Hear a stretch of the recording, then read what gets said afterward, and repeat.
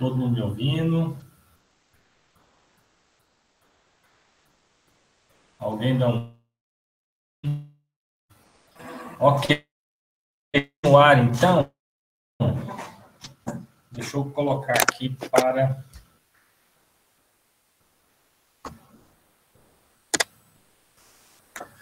Deixa eu colocar aqui.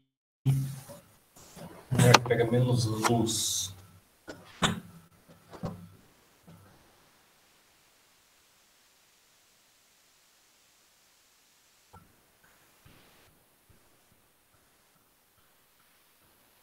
Nós vamos continuar o nosso estudo da farmacologia da dor.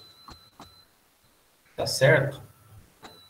Farmacologia da dor, a gente viu anestésicos locais e vasoconstritores. Então, esse aqui nós já vimos na aula passada, certo? Os anti-inflamatórios não esteroides nós vamos ver hoje. E depois, corticosteroides, também conhecidos de anti-inflamatórios esteroides, ou glicocorticoides, ou corticoides, e depois os opioides. Ok? Então, hoje, anti-inflamatórios não esteroides. Beleza? Bom, esses fármacos aí são fármacos amplamente utilizados para o controle da dor e da inflamação, certo? São fármacos que são vendidos sem retenção de receita, porém, eles apresentam reações adversas importantes, entre elas gastrite, né? Sistema gastrointestinal, gastrite, úlcera e insuficiência renal, né? E a insuficiência renal ela é mais perigosa em pacientes idosos, pacientes acima de 65 anos, hipertensos em uso de diuréticos, né? Então tem que ter muita atenção para esse perfil de paciente. Os anti-inflamatórios não esteroides, eles são fármacos que vão inibir a ciclooxigenase do ácido araquidônico, não deixando formar prostaglandina. Então, para a gente entender o mecanismo de ação dos anti-inflamatórios não esteroides, a gente tem que lembrar, então, da cascata da inflamação. Vocês já devem ter visto, né? Então, por exemplo, quando você tem... Deixa eu colocar aqui uma... Quando você tem uma lesão celular, né, o que acontece? A célula ela é formada de lipídios e proteínas. Então, você tem na célula uma camada bilipídica e proteínas. Deixa eu fazer aqui. Vou mostrar para vocês.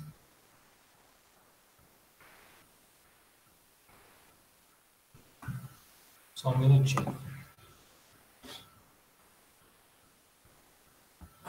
Então, se você pegar a membrana celular, ela tem uma camada.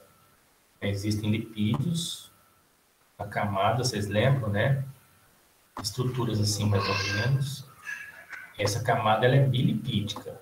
Então, tem cabecinha para cima, cabecinha para baixo, né? E aqui, o canal de proteína. Então, é a camada lipoproteica, certo? Quando você tem uma lesão celular, esse fosfolipídio, ele é danificado. Se você corta a célula, você machuca a célula. Esse fosfolipídio, ele sofre a ação dessa enzima aqui, ó, fosfolipase A2, que vai transformar o fosfolipídio da membrana em ácido araquidônico, né? Esse fosfolipase vai agir, na verdade, aqui, ó. Né? Não é aqui, não. Depois tem que corrigir isso aqui. Então, fosfolipase A2 pega o fosfolipídio da membrana e transforma em ácido araquidônico. O ácido araquidônico é chamado de araquidônico por causa da aranha. É uma semelhança estrutural, química, com o veneno da aranha, certo? Por isso o nome araquidônico. Esse ácido araquidônico, ele vai sofrer duas vias de metabolismo. Ou ele sofre a ciclooxigenase ou a lipoxigenase. Se o ácido araquidônico for pela ciclooxigenase, ele vai formar a prostaglandina, responsável pela dor e pela vasodilatação. A prostaciclina, que é uma prostaglandina responsável pela proteção renal e do estômago. E o tromboxano A2, que ajuda na fisiologia plaquetária, na adesão plaquetária. Então, quando o ácido araquidônico sofre essa via de metabolismo, ele vai dar essas três substâncias: prostaglandina, prostaciclina, que é a PGI2, né? E tromboxano. Se esse ácido araquidônico for pela via da lipoxigenase, ele vai formar leucotrienos. Certo? Vocês já viram isso? Tem lembrança disso aí? Tem conhecimento disso aí? Bora participar. Sim. Beleza? Alguma dúvida nisso aí?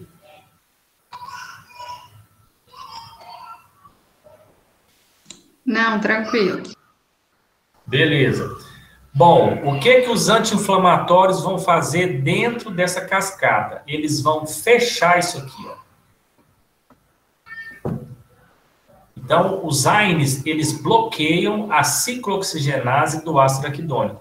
Então, se você tiver, por exemplo, com uma inflamação no dedo e tomar o anti-inflamatório vai quebrar essa inflamação no seu dedo justamente por esse mecanismo. Você toma o anti-inflamatório, ele fecha isso aqui e não há formação de prostaglandina. Ou seja, não tem dor, nem vasodilatação. Não tem dor nem inflamação. Consequentemente, você perde a sua proteção renal e a sua proteção gástrica. E perde a sua adesão plaquetária. Tem um microfone aberto aí.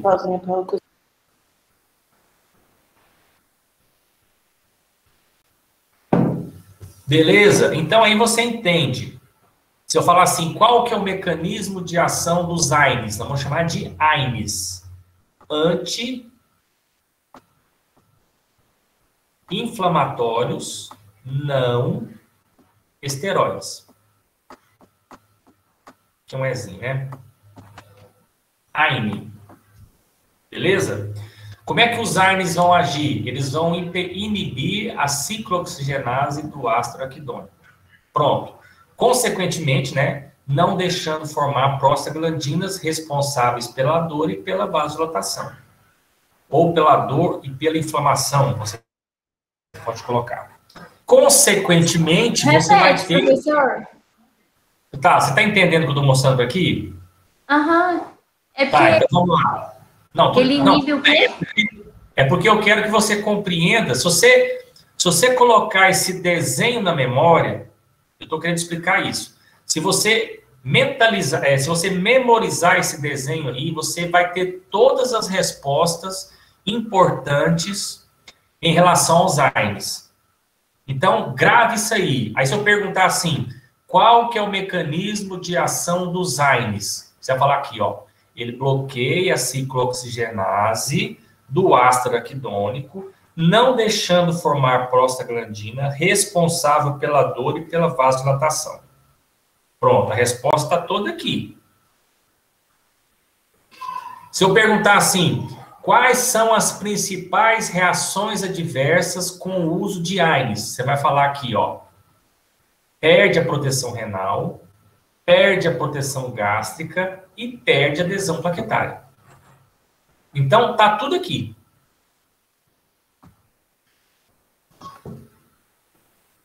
Agora presta atenção aqui, quando a gente toma um anti-inflamatório não esteroide, que você fecha essa porta, todo o ácido araquidônico vai fazer essa via. É óbvio que ele vai fazer, porque não tem saída. Você tem uma porta aqui e outra porta aqui. Eu fecho essa porta, todo mundo vai sair por essa porta. Qual que é o problema? O problema é que aumenta muito o leucotrieno. Aí o problema é para o paciente com asma. Quem tem asma não pode tomar anti-inflamatório não esteroide. Por quê? Porque se aumentar a leucotrieno em paciente asmático, dá crise asmática. Se eu falar para vocês que as informações mais importantes dos ARNs são essas que eu dei para vocês, todas estão aqui nesse esquema. Por isso que eu falo para vocês, quer aprender farmacologia, põe fisiologia na frente. Eu falo isso desde o primeiro dia de aula e vocês não acreditam. Se você entender a fisiologia da inflamação, você mata a charada dos anti-inflamatórios. A farmacologia só existe porque existe a fisiologia. Farmacologia é a imitação da fisiologia. Alguma dúvida aí? Vocês querem perguntar alguma coisa? Eu gostaria que você explicasse novamente. Professor, eu também gostaria, porque eu fiquei um pouco na dúvida. Não, eu quero saber a sua dúvida. Eu quero saber a sua dúvida de maneira específica.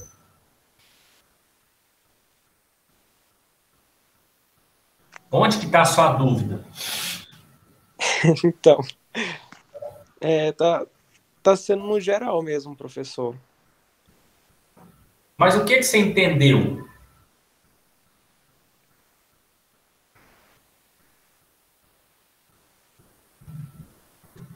Nada?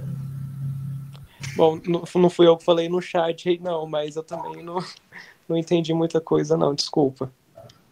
Deixa eu ver tá aqui, confuso para mim. É porque tem gente falando no chat também. Deixa eu ver aqui. Também não tá entendendo. Professor, esse conteúdo é da N1 ainda? Hã? Esse conteúdo é da N1 ainda? Isso aqui é na prova. Eu quero primeiro, presta bem atenção. Presta bem atenção. Primeiro, eu quero saber o seguinte. Vocês já viram cascata da inflamação na faculdade? Não me lembro. Eu não me lembro dessa parte. Por isso que... Não. Mas eu fiz essa pergunta agorinha, Juarez. Agorinha eu fiz essa pergunta.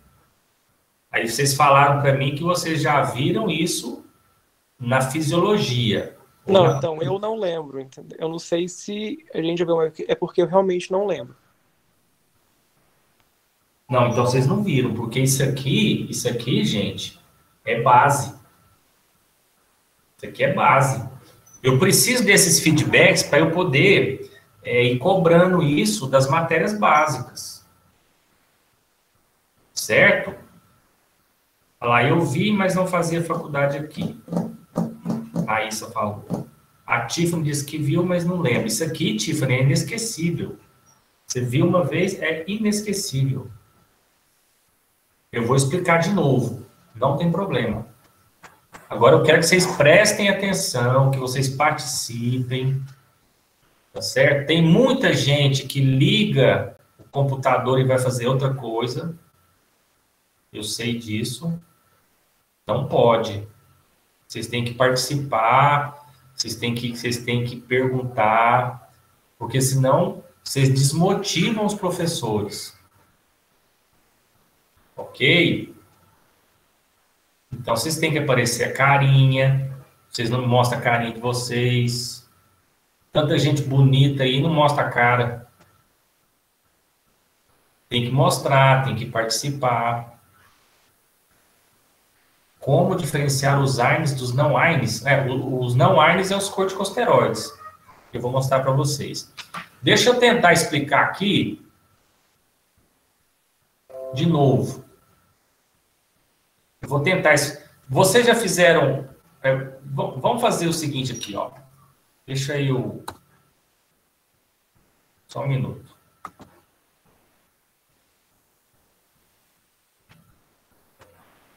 Isso aqui cai na prova, viu? Vou fazer aqui, ó, um dente. Um dente, pronto, tá aí o dente. Vamos supor que você vai extrair esse dente. Então, você vai tirar o dente do paciente. Quando você tira o dente, você provoca uma lesão celular. Essa lesão celular vai gerar processo inflamatório. Professor, por que tem que ter processo inflamatório? Porque senão não cicatriza. Se não inflama, não cicatriza. Porque a inflamação é que mobiliza todo o processo da cicatrização. Bom, você tirou o dente, você fez uma lesão celular. Aqui, nesse processo aqui todo, você tem células envolvidas. E célula é membrana bilipídica. Você tem uma camada dupla de lipídio e canais de proteínas. Então, você tem fosfolipídio. A membrana das células é formada de proteína e de lipídios. Ok? Você extraiu o dente, você machuca a célula. É igual você ir na parede da sua casa e dar uma martelada na parede. Você vai quebrar alguns tijolos. Então, você quebra algumas células.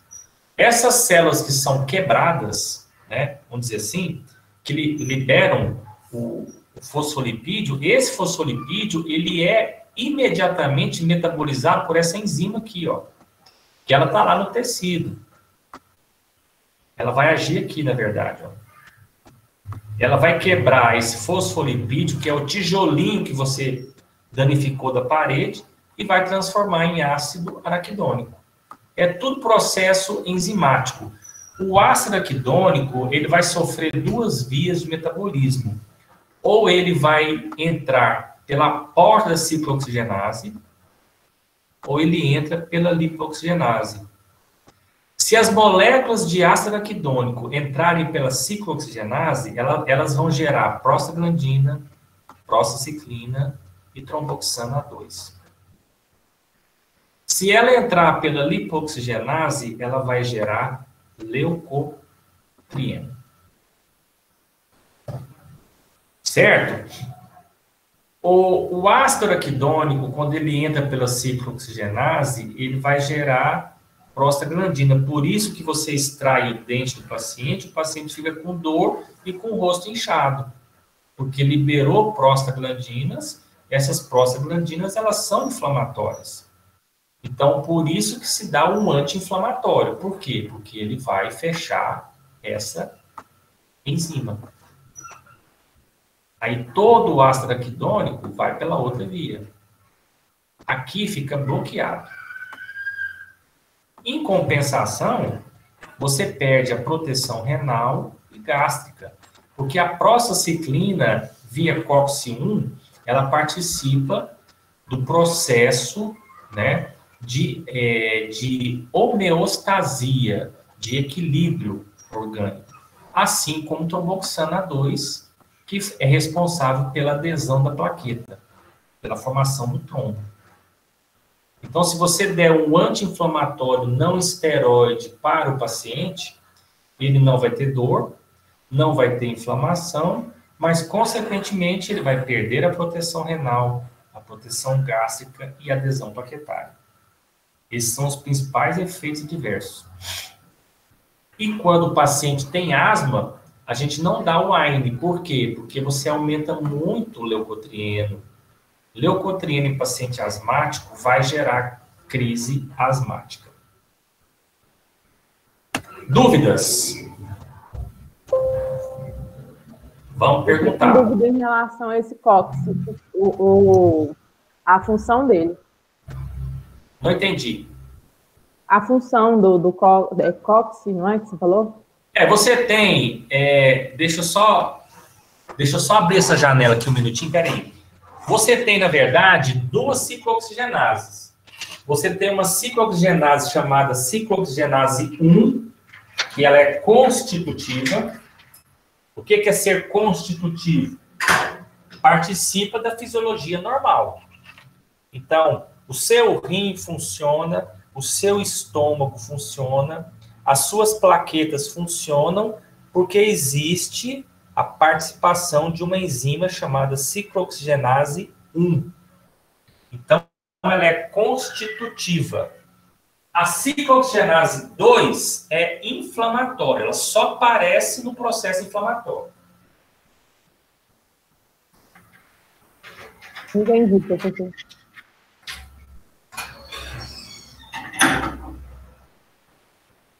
Diga.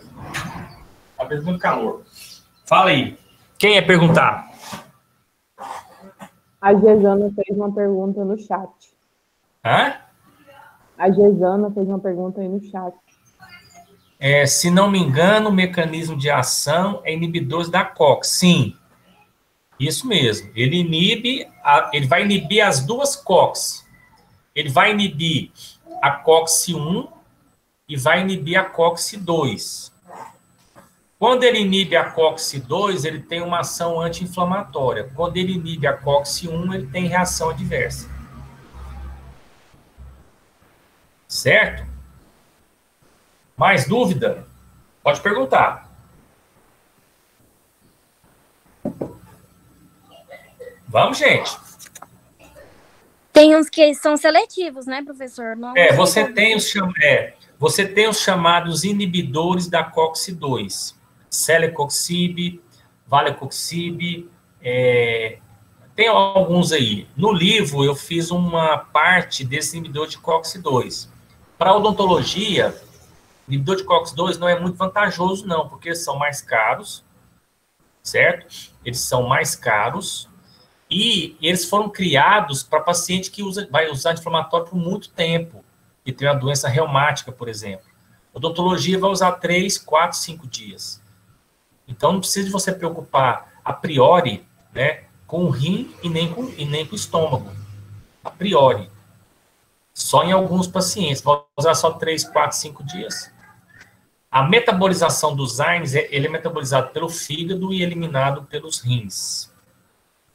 Então, eu só vou ter problemas gastrointestinais se tiver inibição da COX-1. Sim. Isso mesmo. Mas a maioria inibe COX-1. Tiffany, essa pergunta sua é ótima. Por que ela é ótima? Porque você tem anti-inflamatórios que inibem muito a COX-1 e os que inibem pouco a COX-1. Os que inibem muito a COX-1 são mais agressivos para o estômago. Piroxicam, por exemplo, é um anti-inflamatório que inibe muito a COX-1. Naproxeno inibe mais ou menos. Diclofenaco inibe mais ou menos. Nimesulida, ibuprofeno, paracetamol inibem pouco a COX-1. Então, eles têm menos reações adversas. E os AINES, eles são classificados não pela potência, eles são classificados pela capacidade de reações adversas. Então, você tem aqueles que inibem muito a COX-1, os que inibem relativamente a COX-1 e os que inibem mais a COX-2. Quanto mais inibir a COX-2, menos reação adversa tem o anti-inflamatório. Dúvidas?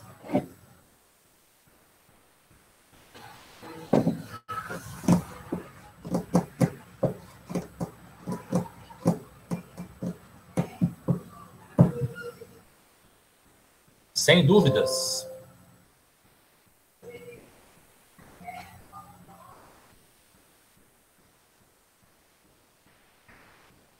Então, aqui, ó, a visão geral dos AINES são amplamente utilizados, são medicamentos muito usados em queixas reumáticas. Na verdade, eles foram criados para reumatologia, né? Em dores menores são prescritos, são usados em dores menores, sem prescrição. Existem 50 tipos de AINES, mais de 50. E isso aqui, gente, eu queria que vocês nunca esquecessem disso aqui que eu vou falar para vocês, ó. AINE em paciente idoso é perigoso. Poucas pessoas lembram disso. Porque o idoso já tem uma degenerescência renal. Então, é muito comum fazer insuficiência renal em idoso, principalmente se for um idoso hipertenso, que usa diurético. Às vezes, o cara está passando por uma desidratação, com diarreia. Toma anti-inflamatório, o rim para. Quem que é idoso? É quem tem mais de 65 anos. Isso aqui, em alguns livros, alguns falam 75. Então, toda vez que eu vou passar anti-inflamatório para quem tem mais de 60 anos, eu uso até os 60 anos. Aí eu sempre investigo se é hipertenso, se usa diurético, essas coisas. Aqui, ó. Certo? Tá? Daqui a pouquinho. Tá? Tá. Certo? Pode pôr aqui, ó. Certo. Dúvidas? Não. Ficou claro isso aí? Muita atenção. Se vocês entenderem isso aqui hoje, ó, não esquecerem isso aqui, já tá ótimo. Então, repete, por favor, para entender direitinho. Aqui, ó, efeitos indesejáveis em idosos. Risco de insuficiência renal aguda, principalmente em idosos que usam antihipertensivos diuréticos, né?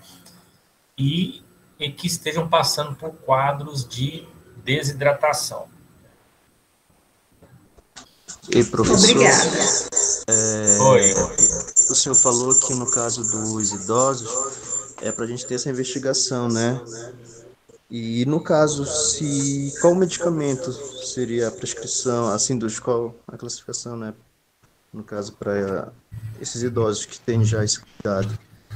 Não, quando você tiver que passar anti-inflamatório para idoso, o que você vai fazer? Você vai optar pelo ibuprofeno e vai reduzir a dose e aumentar o intervalo. Essa é a diretriz. Outra coisa, não se usa anti-inflamatórios em crianças. Quando tiver que usar anti-inflamatório em criança, o que é liberado é o ibuprofeno. Então, vocês estão observando que ibuprofeno é o arrozinho com feijão. Eu, por exemplo, só trabalho com ibuprofeno. Minha vida inteira. Então, assim, e as dores de origem odontológica, elas respondem melhor a ibuprofeno. Olha quanta coisa boa que o ibuprofeno faz. Ah, professor, você está fazendo propaganda de ibuprofeno. Não, eu estou falando para vocês uma conduta baseada em evidência. Se vocês forem estudar, vocês vão chegar a essa conclusão. Porque o ibuprofeno, ele tem um perfil de efeito adverso menor. Todos os anti-inflamatórios são equipotentes. Se alguém falar para vocês assim, que determinado anti-inflamatório é mais potente, é mentira. Eles são equipotentes em doses equianalgésicas. Ou seja, eles se equivalem na potência. Eles são diferentes no quê? No perfil de reação adversa. Então, na minha escolha do anti-inflamatório, eu tenho que levar em consideração o perfil de reação adversa. Agora, tem dentista que usa a vida inteira nimesulida.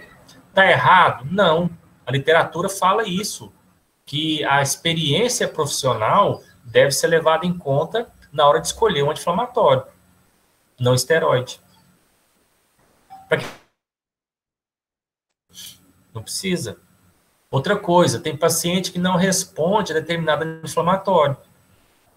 Professor, mas como assim? Tem gente que tem, vamos dizer assim, como é que é a palavra? Tendências genéticas ou genes que não respondem a ibuprofeno, por exemplo. Então, eu falei para vocês que eu passo ibuprofeno para todo mundo. Então, se determinado dia eu passar ibuprofeno e o paciente falar assim, doutor, não passe ibuprofeno para mim que é igual água, eu vou discutir com ele? Não. Ele está mentindo? Não. Então, eu nem passo ibuprofeno. Vocês acham que eu vou discutir com ele? Ah, isso não existe. Não, gente. Está na literatura. A literatura fala assim, existe resposta individual a anti-inflamatório. Então, tem que levar em consideração isso também. Então, são 3 coisas que eu levo em consideração para escolher o meu anti-inflamatório. Primeiro, o perfil de reação adversa. Segundo, a experiência do profissional. Terceiro, resposta individual do paciente. Então, anti-inflamatório é assim. Quando a gente for estudar corticoide, a gente estudou na semana passada anestésico. Vocês viram que a bupivacaína é mais potente do que a lido. Aqui não tem potência diferente, é tudo equipotente. Corticoide tem diferença de potência, opioide tem diferença, aí não tem. É tudo equipotente em dose equianalgésica. Esse é o panorama dos AINES. Professor. Oi. Professor, um paciente que é hipertenso e ele está com a sua pressão estabilizada por conta da medicação. Mas sempre que ele toma um anti-inflamatório, ele causa um pico nessa pressão do paciente. O que causa aí que bagunça tudo? O que acontece, na verdade? É porque retém líquido. Os anti-inflamatórios, eles fazem uma interação medicamentosa com o antihipertensivo. O que os antihipertensivos fazem de maneira geral? Eles tiram a água do sangue e jogam na urina. Aí diminui a pressão. Os AINES fazem o contrário, eles retêm líquido. Certo? Então, por isso que, às vezes, alguns pacientes aumentam a pressão quando usam AINE. Ô, professor. Eu vou deixar você falar. Deixa eu só falar um negócio, às vezes, um papo reto. Titi vai falar um papo reto para vocês. Olha só. Se tem uma medicação que me preocupa, chama-se anti-inflamatório não esteroide. Eu tenho 51 anos. Eu não tomo anti-inflamatório. Vocês compreendem o que eu estou falando? Eu faço de tudo para não tomar anti-inflamatório. Eu evito ao máximo tomar anti-inflamatório. Anti-inflamatório tem um problema além disso. Ele é vendido livremente. Eu estou cansado de ver insuficiência renal. Eu não estou passando medo em vocês, não. Eu não ensino com medo. Muito pelo contrário. Temor é diferente. Respeito pelo AINE e critério na sua adoção. Não é simplesmente escolher o anti-inflamatório e dar para um paciente geriátrico. Você tem que lembrar disso tudo que eu estou falando. É uma medicação que me preocupa, e eu falo já há muito tempo. Daqui uns dias vão ter que reter receita. Vão ter que reter receita para vender anti-inflamatório. E qualquer um compra qualquer anti-inflamatório. Quando eu dava aula em Anápolis, o pai de uma aluna minha perdeu o rim com o uso de anti-inflamatório. Ele tinha dor nas costas, ia na farmácia, comprava diclofenac e tomava. Doía, ele tomava, doía, ele tomava. Perdeu um rim. Ficou só com um. Professor, Dorflex faz parte de algum desses aí? O Dorflex é ibuprofeno é dipirona com orfenadrina. A dipirona também é um AINE. Dipirona, paracetamol, todos eles são classificados como AINEs. Alguns autores não classificam. Eu classifico como AINE e a maioria da literatura americana também. Porque se você for estudar AINE e analgésico, você vai chover no molhado. É a mesma coisa. Mas tem gente que separa, a professora Lenita separa. Eu já não separo. E faz mal igual? Dipirona? É. Mas se você ficar usando demais a medicação, você vai desenvolver uma taquifilaxia. Você vai ficar resistente àquele remédio. Fala, Juarez. Em alguns países a venda da dipirona é proibida, né? Aqui no Brasil mas isso aí, deixa eu te falar, isso aí é mais um jogo de mercado. A dipirona, na verdade, ela é muito segura. Se Goiânia inteira tomar dipirona, Goiânia inteira tomar, uma pessoa pode ter a granulocitose. Eu vi na minha vida um caso de granulocitose por dipirona. Né? Ela pode gerar isso. Agora, nos Estados Unidos, houve muita influência do paracetamol, que o paracetamol, vocês sabem que é uma forma de suicídio na Europa e nos Estados Unidos. O cara quer morrer, vai ali na farmácia, compra o paracetamol em quantidade excessiva, bebe, em 6 horas ele está morto. O rim dele vai virar gelatina. Então, por exemplo, benzodiazepínico é muito mais seguro que a AINE. Corticoide é muito mais seguro que a AINE.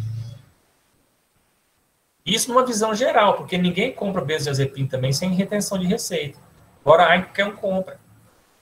Então, a granulostose, o Pedro Paulo, é quando os granulócitos são as células de defesa, eles são destruídos ou diminuídos. Aí o paciente fica sem defesa imunológica. Não é bastante quantidade, não. Às vezes pode ser quantidade pequena. Não precisa ser quantidade alta de dipirona, não. Mas é uma coisa que eu nem falo nas minhas apresentações, porque isso aí, eu não confio muito nisso, não. Eu uso dipirona a vida inteira. Não, trocar o diclofenaco por sódio pelo de potássio em paciente hipertenso, Edivaldo, não vai fazer muita diferença. O problema é o antihipertensivo. Agora, a sua pergunta, deixa eu fazer um gancho na sua pergunta, é uma pergunta boa. Porque vocês também não podem esquecer que a dor aumenta a pressão. A dor aumenta a pressão. O antihipertensivo antagoniza, o AINE antagoniza o antihipertensivo. E daí?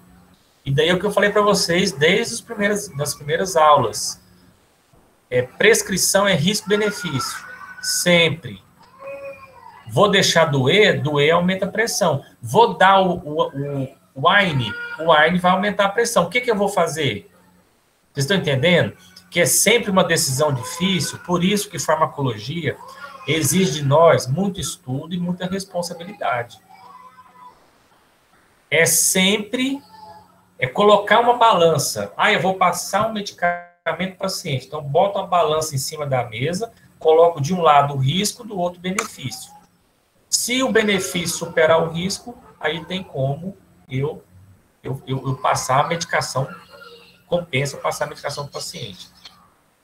Gesana, se você ficar tomando dipirona para sua enxaqueca não vai melhorar nunca.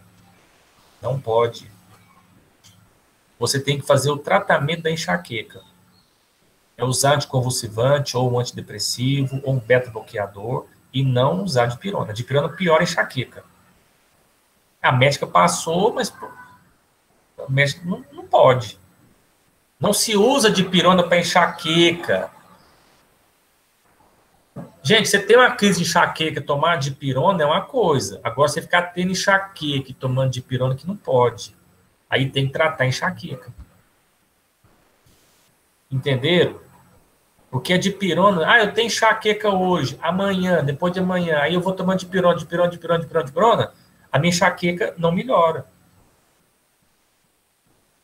Certo? Gesana, você tem que ir no médico, certo? Fazer o diagnóstico de enxaqueca, que nem sempre é enxaqueca, pode ser outra coisa, né? Pode ser uma sinusite, pode ser uma DTM. Eu atendi uma paciente, eu estou cuidando de uma paciente, ela ficou 10 anos tratando enxaqueca, não era enxaqueca, era DTM. Eu mudei a medicação dela, hoje ela está sem dor. 10 anos com dor de cabeça. Na primeira semana de tratamento, a dor de cabeça dela sumiu. Diagnóstico E o que é DPM, professor? Hã? O que é isso, DPM? Doença da articulação, bruxismo, dor na musculatura mastigatória. Ela tinha dor na musculatura mastigatória. Professor? Oi. Desculpe a pergunta, não sei também se convém o momento da aula, né, do assunto que a gente está tendo. E, lógico, eu vou procurar também conhecimento, procurar artigo para matar essa minha dúvida. Mas, se desse para o senhor falar um pouquinho, explicar só para dar um norte em relação a uma dúvida. No caso, o paciente ele chegou no consultório, um exemplo, e falou logo, doutor, eu sou alérgico à dipirona. No caso, essa que é a minha dúvida. O Irlan, cortou a ligação, o cachorro aí não deixou você falar. Cortou. Fala de novo. Oi. Então, Pode estava falar. perguntando, professor, assim, o paciente ele chega no consultório e fala logo, doutor, eu sou alérgico à dipirona. E então assim, eu não sei se convém a aula. Eu vou procurando conhecimento sobre o caso, mas se o senhor pudesse explicar assim superficialmente algo sobre essa minha dúvida. Mas qual que é a sua dúvida? O paciente fala que é alérgico. Isso, alérgico à dipirona. Aí você não vai passar dipirona para ele. Mas assim, em relação à composição, assim, professor, outro remédio que eu não poderia também Não, aí você não, aí é só dipirona. No caso, Irlan, essa pergunta sua é muito boa. É muito boa. Quando o paciente fala que é alérgico à dipirona, você não passa dipirona. Pode passar qualquer outro. Quando o paciente fala que é alérgico a um anti-inflamatório, geralmente ele é alérgico a todos. Entendeu? Mas a dipirona é exceção. Dipirona, paracetamol são exceções nesse caso. Eu sou alérgico a diclofenaco. Aí, geralmente, ele é alérgico aos outros também. Assim, entendi, professor. Porque a minha dúvida era isso. Então, se ele é alérgico à dipirona, então ele poderia, se eu fosse passar outro medicamento que fosse parte da família, ia ter reações adversas também, né? No caso, a dipirona não. A dipirona é diferente. Se ele é alérgico à dipirona, ele pode tomar os outros anti-inflamatórios. Ok, professor. Obrigado. Entendeu? Agora, se ele é alérgico ao anti-inflamatório, aí ele é alérgico aos outros, mas não à dipirona. A dipirona e o paracetamol, nesse caso, você tira da relação de anti-inflamatório. Assim, tudo bem, professor. Valeu. A Thalita toma topiramato. O topiramato é um anticonvulsivante muito usado para prevenção de enxaqueca. É o que é muito usado hoje. Topiramato.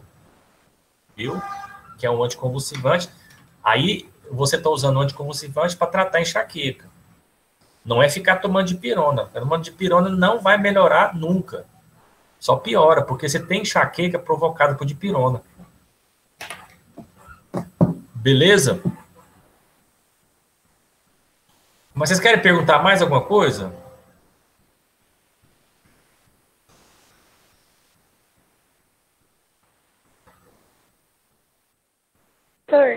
No caso, você falou sobre os pacientes geriátricos, que não pode tomar anti-inflamatório. Qual que não é que não pode. Não é que não pode. Qual que é a diretriz? Você quer passar um anti-inflamatório para o idoso, escolha ibuprofeno. Não, primeiro sim, é claro. Pode evitar? Evita. Eu não posso evitar. Eu vou escolher ibuprofeno, vou reduzir a dose e aumentar o intervalo. Pode completar a sua pergunta.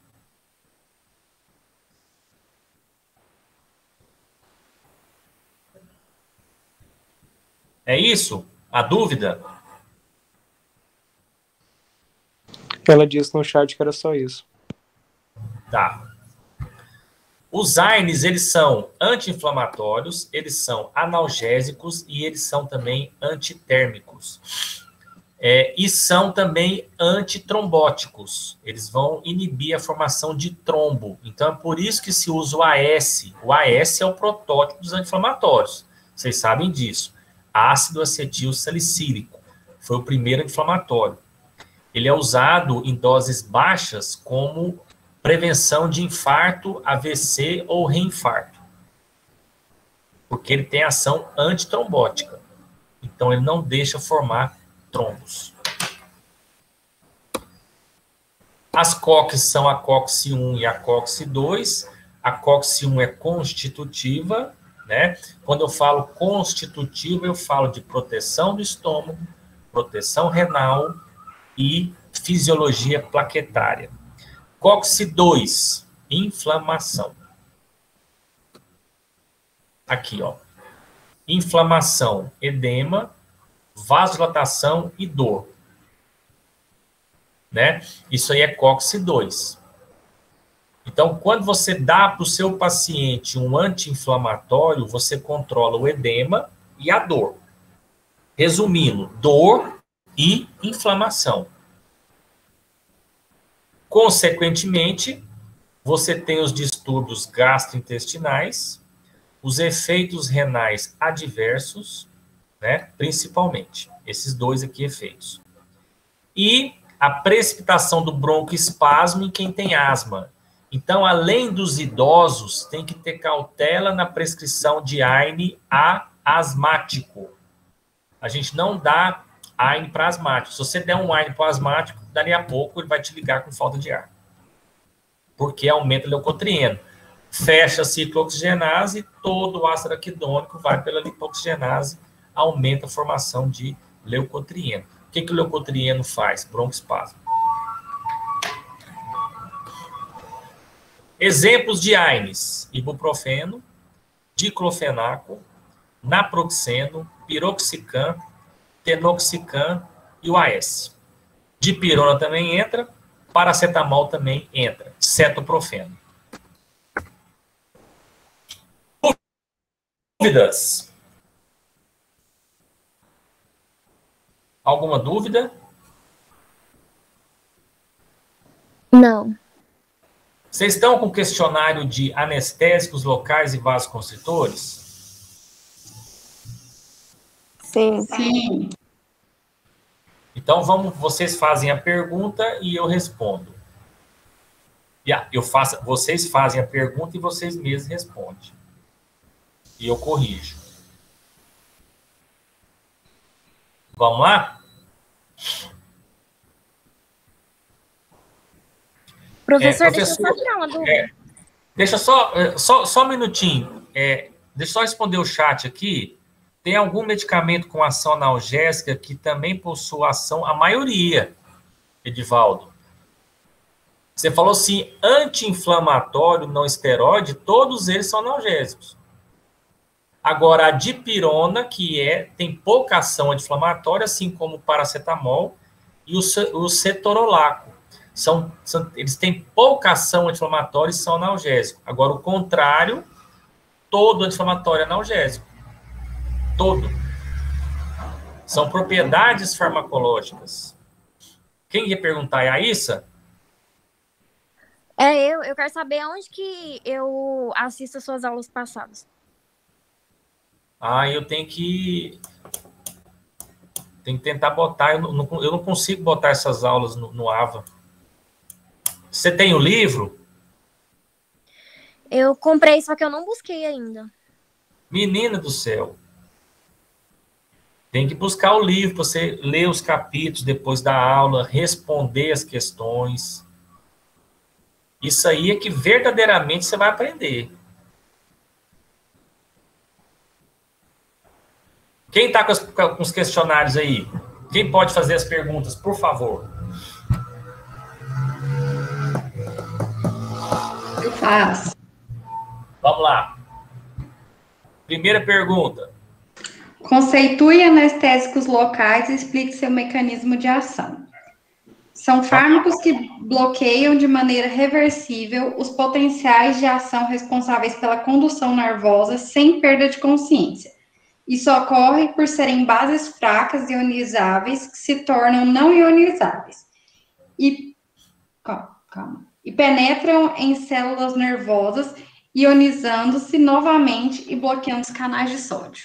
Isso. A Laura respondeu. Laura, quais são os pontos chaves da resposta? Vamos resumir isso aí. Os anestésicos, eles bloqueiam a condução nervosa de maneira reversível, sem perda de consciência, certo? Você falou tudo. E com reversibilidade. Faltou só a reversibilidade. E o mecanismo de ação? Bloqueio de canal de sódio. Pronto. Beleza? Todo mundo pegou? Pegou aí? No conceito tem que ter 3 coisas. 4 coisas, né? Deixa eu ver aqui.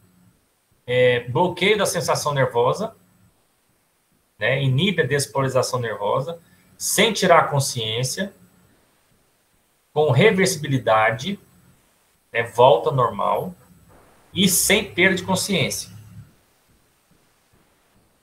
Ok? Mecanismo de ação, bloqueio dos canais de sódio. Próxima pergunta.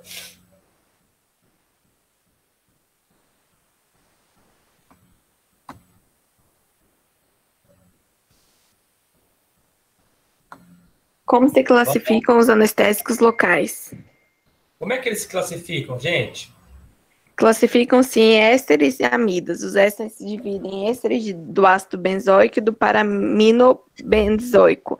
As amidas se dividem em derivadas da xilidina e derivadas da toluidina. Isso. Essa classificação é a classificação química. Existe uma outra classificação que é a clínica. Pequena duração, média e longa. Curta, média e longa duração. Mas a pergunta não especificou, então a sua resposta está ok. Você tem os ésteres do ácido benzoico e do paraminobenzoico. Você tem as amidas, xilidinas e toluidinas. Ótimo. Alguém tem dúvida nisso aí? Professor, Oi. sobre essa pergunta, como perguntou como se classificam? Aí, igual o senhor disse, não especificou. Se perguntasse isso na prova, eu teria que colocar tanto a classificação química quanto a de duração? Não, aí você pode colocar a química. Aí a melhor resposta é a química. Quando não especifica, tá bom, obrigada. Quando não especifica, a melhor resposta é a química. Porque é o que a literatura mostra mais do que essa clínica. Entendeu? Alguém tem dúvida? O que mais?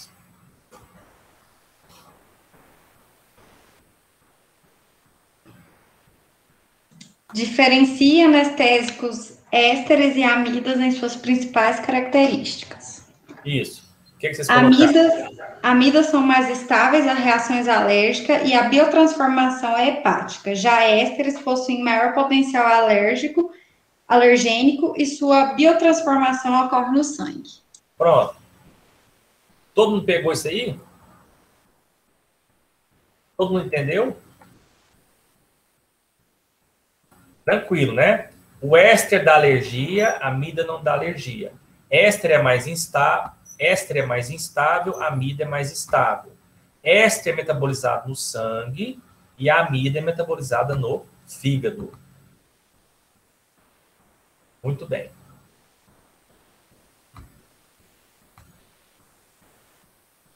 O que mais?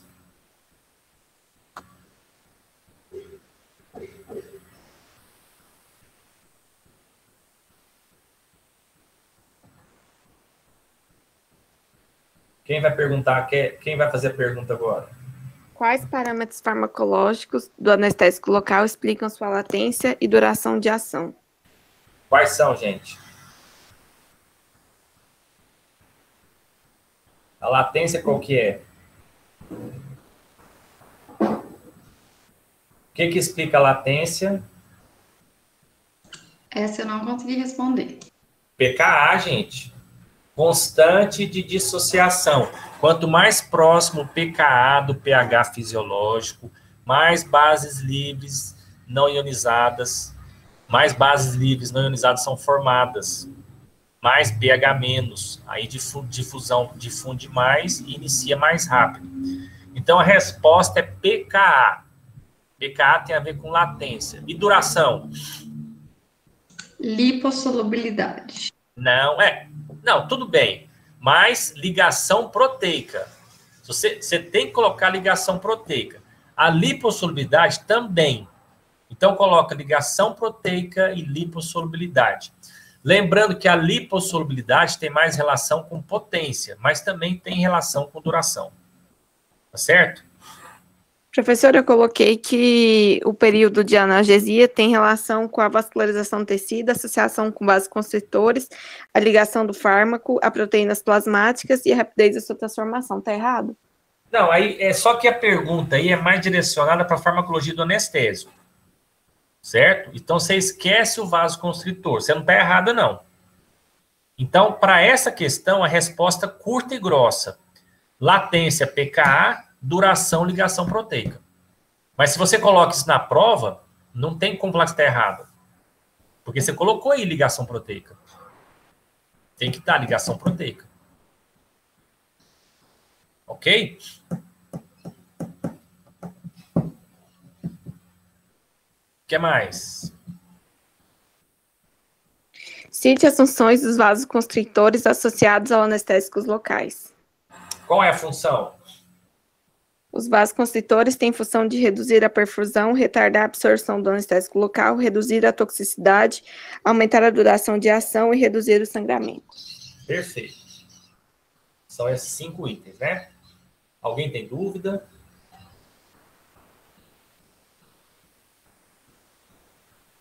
Tem mais pergunta? Tem. Cite a classificação dos vasoconstritores. São classificados em agentes adrenérgicos e agentes não adrenérgicos. Isso. Adrenérgicos são os derivados da adrenalina. Adrenalina, noradrenalina, levonorrina e fenilefrina. Não adrenérgico, felipressina, que é derivado da vasopressina, que a gente viu na aula de endócrino. Ótimo. Próxima. Qual repercussão cardiovascular da felipressina? Promove contração da musculatura vascular livre. É a pergunta, repete a pergunta, por favor. Qual a repercussão cardiovascular da felipressina? A felipressina, você coloca assim, vasoconstrição local, sem repercussões cardiovasculares mais importantes. Ou seja, ela não aumenta batimento cardíaco e não aumenta pressão arterial. Entendeu? Ela faz só vasoconstrição local, em doses convencionais. Se você aplicar adrenalina, ela aumenta o batimento cardíaco e pode aumentar a pressão arterial. A felipressina não. Ela faz só vasoconstrição local. Ela não mexe em batimento cardíaco e nem pressão arterial. Certo? O que mais?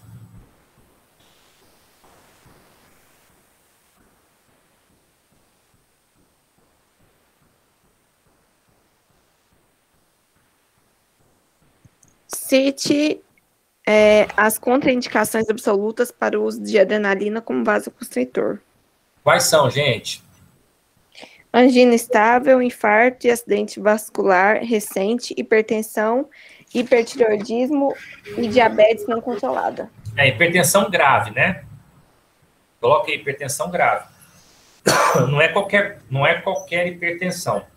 São as hipertensões mais graves. Pressões acima de 179 por 110. Certo? Beleza. Tem mais alguma aí? Tem. Compare a lidocaína e bupivacaína em latência e duração. Lidocaína tem latência e duração média e a bupivacaína tem alta latência e duração. Isso. A lidocaína tem uma latência de 3 minutos, a bup 10. A lidocaína dura 1h30, a bup dura de 3 a 5 horas. Beleza? Professor, repete a latência aí, para mim, por favor. A latência da lidocaína é 3 minutos, da bup é 10. E a duração da lidocaína é de 1h30, da bup de 3 a 5 horas.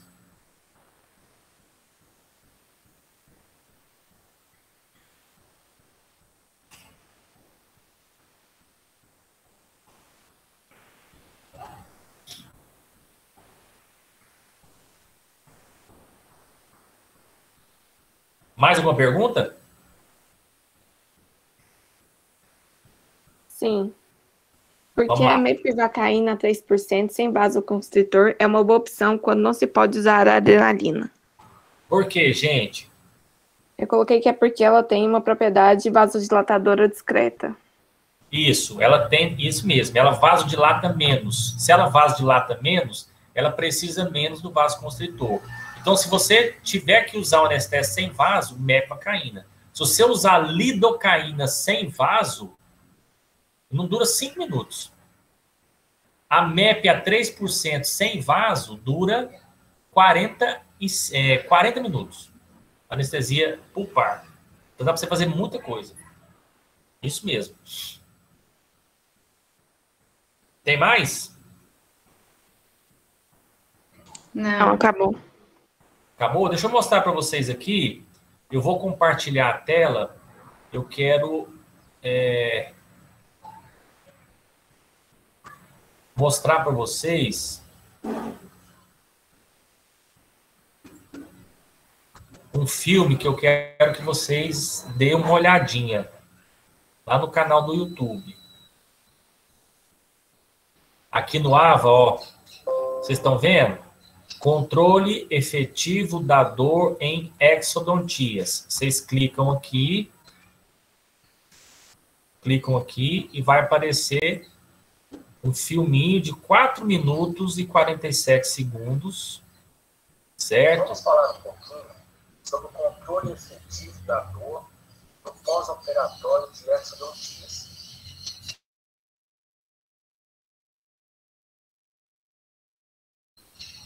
É importante para o controle efetivo da dor conhecer a fisiopatologia, conhecer a farmacologia da dor, entender o medo excessivo das reações adversas. O resultado final será um controle efetivo da dor com segurança, um conforto pós-operatório para o paciente. Aqui está o esquema das vias de dor do trato neoespinotalâmico, que é o trato da dor aguda. Observe o nó centor na periferia. Dele sai o primeiro neurônio, que entra no cono distal da coluna, conectando-se com o segundo neurônio vermelho. E descendo, temos o neurônio azul, que faz a conexão justamente na primeira sinapse. Vamos entender melhor. Após a exodontia, vai ocorrer um processo inflamatório.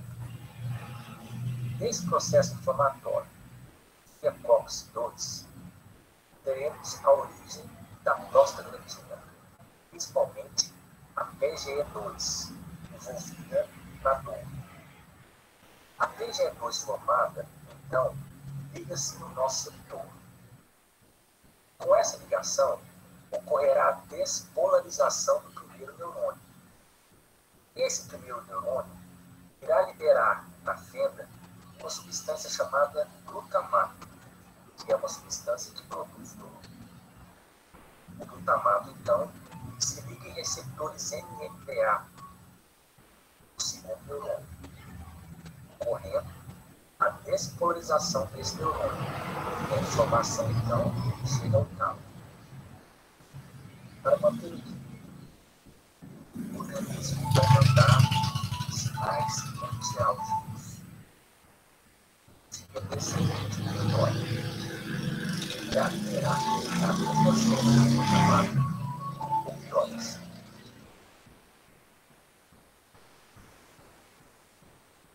Como você observa, a dor ocorre a nível central. É uma guerra de neurotransmissores. Aqui ilustrando o glutamato produzindo dor, o opioide antidor.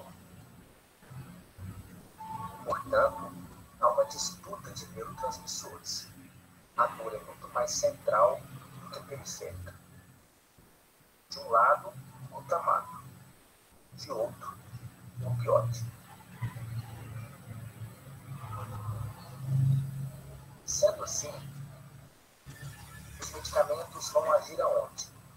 AINES e corticosteroides vão inibir a formação de prostaglandina, a PGE2. Então, não haverá ligação da mesma no nosso setor. Os anestésicos locais vão bloquear o primeiro neurônio. Quando você oferece opioide, você vai fortalecer, ou seja, potencializar a via descendente inibitória. Com isso, conseguiremos analgesia pós-extração. Essa analgesia agir pontos diferentes da dor ao mesmo tempo é chamada de multimodal.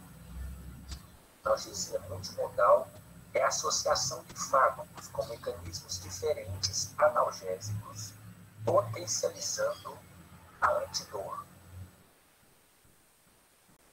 com um mínimo de reações adversas. Beleza? Então, aí depois vocês dão uma olhadinha no filme lá, tiver dúvidas, aí pode perguntar. Vocês querem perguntar alguma coisa?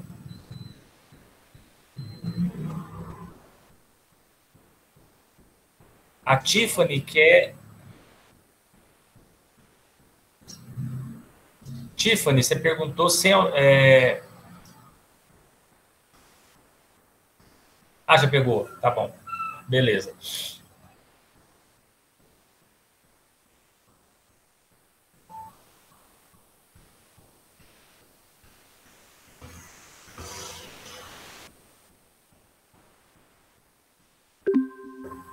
Beleza, então, gente. Aí, na semana que vem, tem a prova, né? Tem a prova, aí vocês vão trazer a prova, vão fazer quinta-feira a prova de sistema de autorregulação, né? Quinta-feira. Semana que vem a prova e mandar para mim a receita. Essa vai ser a construção da N1 de vocês. Beleza? Isadora, eu tenho que olhar, deixa eu ver aqui, peraí. Eu tô sem o AVA agora, eu acho que é 20 horas, podia confirmar lá. Certo? Eu vou fazer a chamada pelo aplicativo aqui, eu vou liberar vocês, tá bom? Qualquer dúvida, vocês falam comigo no Zap. Beleza? Qualquer dúvida, estou à disposição de vocês. Então, fiquem com Deus, saúde para nós. Ok? Até mais. Caralho, tchau.